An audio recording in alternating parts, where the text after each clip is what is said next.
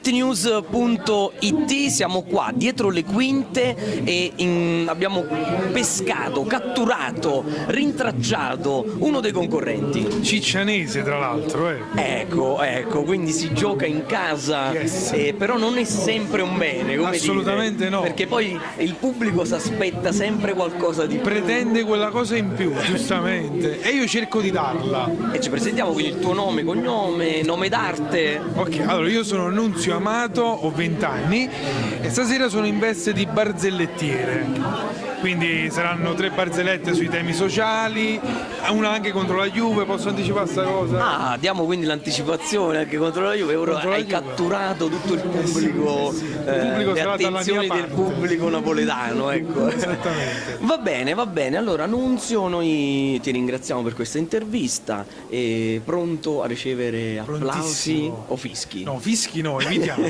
Applausi. comunque. Anche perché dobbiamo dirlo, comunque non è facile far ridere la gente. Assolutamente, Perché poi sai, assolutamente. con la canzone, col balletto, è vero, è impegnativo e complicato lo stesso, però comunque il discorso invece recitazione È molto complicato. è molto Lo difficile. diceva anche Totò, no? Diceva Totò, far piangere non ci vuole niente, ma per far ridere è molto difficile. è molto difficile. Va bene, ciao Nunzio e in bocca Ciao al lupo. ragazzi, crepi. Grande.